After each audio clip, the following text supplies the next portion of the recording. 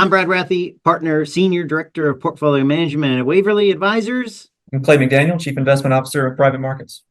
Hello, and thank you for tuning in to another edition of the Monthly Market Roll, where we provide a look back at the economy, markets, investments, and other macro data for last month and roll forward to this month with our insights for what lies ahead. So, Clay, I would say let's get right into it. Clay, why don't we just talk about Q1, some of the drivers, some of the big high-level stuff that you saw in Q1, prior to getting into next on Q2, but let's just review Q1 and what you saw. Yeah, from a big picture perspective, the connective tissue driving asset prices was better than expected growth expectations. Interest rates were higher, but stocks were up, credit spreads were tighter. This is all reflective of people upgrading their expectations of the economy. How about concerns? I mean, we have all these clients that are worried. And obviously the market has done phenomenal. I think it's 5 months in a row up, even with interest rates somewhat sticky up here. What's some of the concerns that you're seeing? What are you worried about? We're always worried about things, right? Always worried about things. I mean, the interesting thing about markets is they're forward looking. And so the obvious risks are rarely the ones that trip you up. A lot of times it's the unknowns out there that surprise you. And so part of having a diversified, balanced portfolio is having a portfolio that's not betting on one particular outcome in the world, that is okay being wrong. But big picture, I would say, valuations have increased from levels they were, but they're not extreme, and it's reflective of a pretty optimistic environment. The economy is doing well. Economies globally are investing in their domestic economies. It's coming through in corporate earnings. It looks like profit margins on large cap U.S. equities have bottomed and are rising again. And if anything, the direction of rates is probably lower. The direction of inflation is probably lower. And so all of these tailwinds are building up, and it's reflected in positive performance for risky assets. But we're not seeing extreme behavior. We're not seeing extreme outliers from that perspective. So it's a pretty good environment. Well, yeah, I think everyone is expecting this recession. Rates have stayed elevated. You've come down from, let's say, 7 rate cuts this year, maybe down to 3, maybe even down to 2. But the market is resilient, and if it's been really resilient, why do you think the market's been as really resilient as it has been in the face of everyone thought you had to have rates go down for the stock market to do well, but obviously it hasn't. Jobs have done well. Why do you think the market's been as resilient as it has been? I think a lot's changed in the fundamentals of the economy. I think if you follow what we've been writing for a number of years, I think in hindsight, what you're going to look back and say that the decade following the last crisis is going to be the weird period. There was underinvestment in economies globally, slower growth, low interest rates. There was a scramble to find growth wherever people could find it. It's not the case today. Growth is more abundant. Investing is more abundant. We've had plenty of periods historically when interest rates have been around these levels or even higher, where markets have thrived, the economy has thrived, employment has thrived. This is the normal. I think the decade before the pandemic, we're going to look back and say, maybe that was the abnormal period. This is a more normal environment, and markets are behaving pretty normal. Companies that are profitable and growing earnings are going up. Companies that are unprofitable and can't show a path to profitability are not going up. Like that's kind of what you would expect. Well, I think you bring up some great points. This idea that maybe we don't have to have rates at zero, to be able to have a good stock market. I think that was the belief for a long time that good news is bad news is good news. And recently we've had good news is good news, which we haven't had in probably the last 15 years. And so I think you're right. This idea that maybe we don't have to have rates at zero to be able to have a good economy and a good markets. And I think that's a transition that people are really going to have to get used to. I think if rates are at zero, you don't have a good economy. I think that's almost by definition the case. And we fought for a long time to get out of that environment, and now we're out of it. And so I don't think anyone wants to go back. I think there's winners and losers from a new environment. Certainly there are areas that really benefited from that slow growth, falling interest rate environment, and maybe they don't benefit as much in the new normal. But there's always winners and losers, and that's part of our job, is to try to separate the two. Well, I think you're going to have more dispersion. I think that's one of the things we're going to talk about here is just central bank dislocation, and Europe's struggling, lower inflation than we are, low growth. But here's some of the macro that we talked about, this idea of inflation being a little stickier, commodities doing really well. You have gold going to 2350, you have crude going from 70 to 86. But those are some of the things that we've been looking at as just some of the things that have been different in Q1. Inflation's been a bit stickier, and this has really put the Fed a little bit on hold. What's your thought with inflation? You have obviously housing, you have things that are inside of here, food prices, a lot of things inside of inflation. What do you, because this was obviously the biggest factor and continues. I think we have CPI this week. This has been a huge factor for the market. What's your thought with inflation slowly coming off, but just not getting down to that two that the Fed is talking about and wants it to get to? I mean, we're in the ballpark. When inflation was at 8-9%, that's extreme. Inflation now has come down. I mean, what you've got on the chart here is sort of year over year. If you look on a trailing 6-7 month basis, it's annualized just above the 2% mark. We're in the ballpark. For the period before the pandemic, we hung out just under 2% for a long period of time. We never hit the target from the bottom. Yeah. We can hang out above it for a while. I think what the Fed's looking at is inflation expectations. And as long as those remain well anchored out in the future from survey participants, I think they're going to be pretty okay. Even if we don't sort of crash back to that 2% mark, as long as real growth is solid, as long as unemployment is solid, and so you add all this together, you're like, well, where were we pre-COVID? Where were we in the depths of COVID, and where are we today? It's a pretty good combination of variables. They're not too far off from target in sort of any dimension. I think everybody's always looking for the rug to be pulled out. That Sure. spike in unemployment comes quickly. There could be a reacceleration of inflation, but if you just sort of dig into the details and you look at where nominal growth is, I think that risk of a major reacceleration is pretty limited. The Fed can hike if they need to. The Fed can also cut pretty significantly if they need to, if growth rolls over. So there's a lot of degrees of freedom right now for Right, the they actually have Fed. something they can do, right? For a long time, that was the worst scenario, right? When rates are at zero and really negative if you kind of factor in a lot of things. Now they have some bullets in the gun to say that Well, actually I they think the could do thing, something. yeah, I think the thing to remember is that period when rates were low, governments had austerity budgets, corporations were retrenching, households were retrenching and delevering following the crisis. All three components of the economy were on their back foot. They're all playing offense right now. The government is financing investment across semiconductors, across infrastructure, across the green energy transition. Corporations are investing in alternative intelligence, which feeds in utilities and power. And households are in really good shape. Incomes are growing. Unemployment is low. Yeah. So all three players in the economy right now, are doing their part and contributing. And there's no real signs of weakness on those fronts.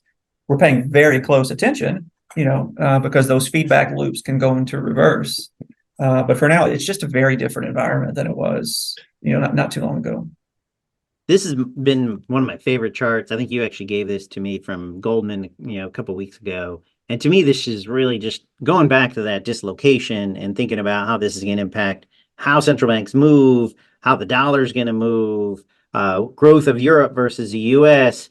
I just really like this graph. And what you're showing here is Euro basically expected inflation has continued to come off, where the US you've seen somewhat flatline. I think this is going to be a story for, and one thing you started this thing off talking about diversification and having diversified portfolios from currency, from geography, from cap, and obviously we're overweight. U.S. large cap has been the place to be for a long time. I'm not saying Europe's the place to be or emerging markets or other places, but we're trying to develop a good allocation across the world, trying to find things that are working. But I think this graph, to me, really exemplifies what's going on in the economy, and this idea of markets are going to start moving different, economies are going to start to move different. And I think it plays into this. I don't know how much attention you've played with commodity prices, and you saw crude oil going from 72 to 85. You've seen gold popping. You see the gold popping, and the gold miners were really rocketing last month. You're starting to see just a lot of different market activity, which is fun for us, right? To be able to see it's not just the Meg 7 or now it's called the Meg 4, or it's really you're seeing a lot more activity. What are some of those outlier areas that you're seeing either in real estate, commodities, alternatives? What are some of the things that you're seeing and what happened in Q1 that seems pretty interesting to you, rather than just saying, oh, I really like SPY or, the S&P 500 or the Meg 7? Sure. I mean, I do think the energy markets are interesting, not only because of, where oil prices are, but in fact, the management and governance of energy companies has improved so dramatically since before the pandemic. They have less leverage. They have much better capital allocation policies, and the market. I don't think the market's fully reflected, that in asset prices, and so that's an area we spent a good bit of time looking at. And I think there could be opportunities there. Real estate, I think, is interesting because you've had a real public markets adjust very quickly to what's going on in the world. And so, public REITs trade much cheaper than private real estate at the moment. Yep. And I think there's probably more room for private real estate to adjust. I don't think it's outside of the office sector. I don't think it's a disaster because you do have such sort of strong underlying growth supporting multifamily and industrial and some of those areas. But those areas use a lot of leverage and have a lot of exposure to interest rates. And so you have two effects going on there. You have strong growth supporting cash flows on one hand, but from a capital structure and a debt standpoint, you have headwinds from rising interest rates there. And if interest rates stay elevated, which they certainly could, there's probably more adjustment to come from a price standpoint on the private side. Well, this is the one I've been talking about, throughout this, and just this idea of, dislocation and currencies. And I think this is going to be a critical thing. You saw last month, Switzerland cut, you had Japan go up, you had the US, ECB, Bank of England, they kept their rates stable. I think the ECB is probably going to cut before the US, but this is going to cause some dislocation. I think it's going to be great for diversified portfolios, but this is something that we've been watching is how are different investment or central banks around the world going to act and how are they going to move? But let's talk just real basic on what happened in Q1. We had obviously a really good performance out of large cap. They're about 10%. Mid cap actually had made a great big move, in March. You saw actually the best performer was mid cap growth. So you're starting to see this broaden out. And I think this is the theme that we've started to talk about is this idea that it isn't just one area. We're starting to see some things broaden out. So good performance, obviously, in Q1. Let's talk a little bit about this duration versus credit and how well credit's done versus obviously just pure duration. The way I think about it anyway, if you look at duration, you're really looking at kind of a treasury curve, and you saw the treasuries have not done very well. Your longer dated's down 6, where you see any of your let's say your higher yielding or more risky type of credit has actually done pretty well. How do you see that? Because I know you do a decent amount, especially on real estate credit and some of the other credit. You've done some stuff on private credit. How are you seeing this idea between duration and credit, and how is that impacting markets at this point? I think it's a great environment for credit. I mean, we've been overweight credit in public and private markets through most of this last period, and it all sort of stems from the basic fundamental story that it's a strong nominal growth environment. There's broad investment happening in the economy. And so if the economy on a dollar basis is growing, debts are paid out of revenues, not out of profits. And so it's a very good environment for the repayment of credit. And so as long as you're buying credit at a discounted value below par value, it's a great risk reward, in my opinion. You need to do your credit work. You need to pick good companies. You need to avoid bad companies. But it's been a broadly favorable environment where the 5 to 10 years before the pandemic was not a great environment. Yields were low, spreads got very compressed, and you were sort of forced into the equity market. And it's been a very viable alternative since then. Spreads have come in from where they started, 2023 in public credit, particularly like public high yield investment grade bonds. They're not obscenely tight. But also the credit quality of publicly traded bonds has improved quite a bit. A lot of the low-hanging fruit got taken out in 2020. A lot of the lower quality credits in recent years has gotten taken out by private credit.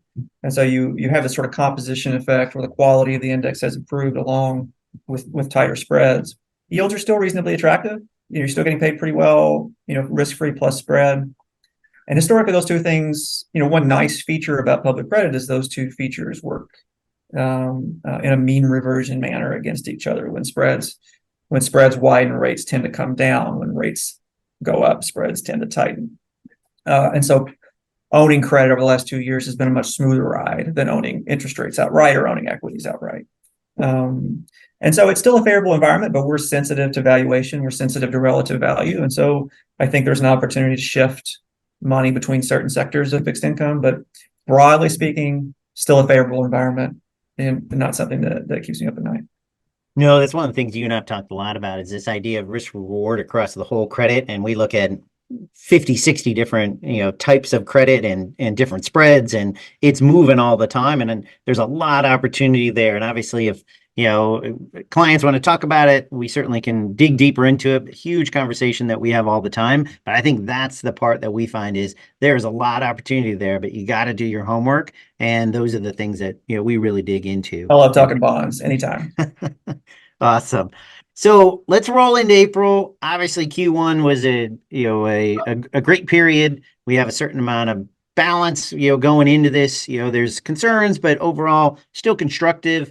Probably looking at some consolidation here, but we're looking at a Fed meeting at the end of April. Fed is still driving things. I mean, there's no doubt how important the Fed is and when they move. Q1 earnings coming up, and this idea of broadening out. But I would say let's go right to the Q1 earnings and some of the things that you're seeing there and some of your expectations, because that's what drives markets, right? Is earnings, profits, and what are we thinking for Q1 or Q1 earnings going into this period. And I think Friday's the start with some of the big banks. Yeah, I think it's all about guidance. I think everybody's sort of looking forward to even into 2025 at this point and saying, all right, it feels like out of Q4 the profit margins have bottomed and are rising again. Do we get confirmation of that? I don't think anybody's particularly worried about the revenue side. And so if you have good visibility around profit margins, it stands to reason that those earnings projections at this point are realistic. There's some visibility there, and you can sort of price to it. And so I think when you look at consumer sensitive sectors, for instance, I mean, we'll pay attention to the banks, but you also have a lot of companies report what's the health of the consumer, are rising rates and debt levels, sort of starting to have an effect. I'm not too worried about it. I mean, incomes are growing, unemployment's tight, and so it's just not it's not a particularly troublesome environment. If we start to see signs from companies, that hey, we're starting to see cracks, we'll pay attention and we'll dig deeper. That's kind of the role of earnings season for us. But pretty optimistic, as you sort of think about 2025, S&P's pricing, to something that's, call it 5 to 10% earnings growth even after 2024. Yeah. It's pretty optimistic. If you start to see signs that's going to be missed, you could certainly see some weakness in the stock market. Yeah, the bears definitely are always talking about valuations, right? You have a lot of people that say, 20 PE, 21 PE, it's just too high. We got to pull back from there. What do you think of, we have on here forwards around 21. What's your feeling around 21? Is that reasonable? Is it expensive? Where are you at with, kind of from a valuation standpoint? Because that's probably the biggest argument that most of the bears would have would be it's just valuations are stretched. I mean, it's one pricing metric out of 100 that you can look at. I think if you look at the PE of the S&P 500, it's driven in large part by a handful of tech companies, particularly those tied to the investment in AI. NVIDIA has a high multiple. Does that mean you should sell it? If you sold it on a high multiple last year, you missed out. So I think putting a multiple in the context of what's happening in the stock market is vital. And when I look forward at those companies, they're priced aggressively, but it's also an area that should be priced aggressively. So I think there's a lot of opportunity there, and it's not surprising to me the market is pricing it as such. When you get outside of those names, there's much less aggressive pricing. It makes a lot more sense, consistent with where interest rates are, where the risks are, where growth is. You're not seeing the type of extreme broad pricing that has marked peaks in the past. Certainly possible that a company like NVIDIA could disappoint, but it's one name. We watch sizing of names very closely and try not to get out over our skis in any particular sector, in any particular name.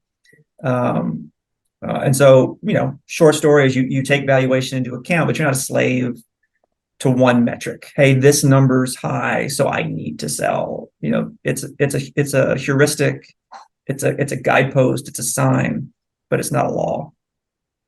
Well, I think that brings kind of the last area I want to talk about, just kind of this idea of broadening out. I mean, you saw this year, Tesla's down, I don't know, 25%, Apple's down 10.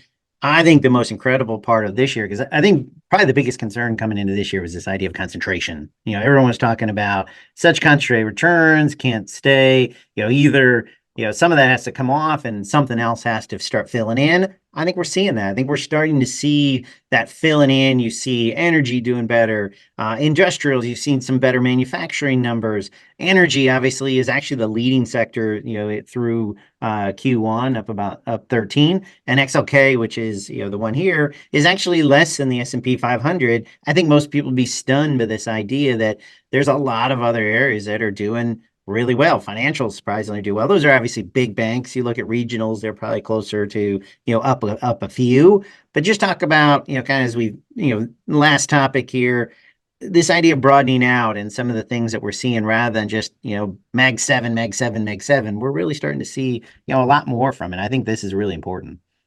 Yeah, I think it goes back to that same, the connective tissue underlying it all is growth, and to the extent we see more economic growth, more sustainable growth, that gets broadened out to the economy. You don't have to look for it in one particular area. I mean, the lagging sectors on this chart are the ones that are most rate sensitive. It's real estate Down here. Staples, it's utilities. Yeah. To some extent technology, although I think technology's done a good job of capital return, so they don't have quite the same duration they had, in 2022. But that's really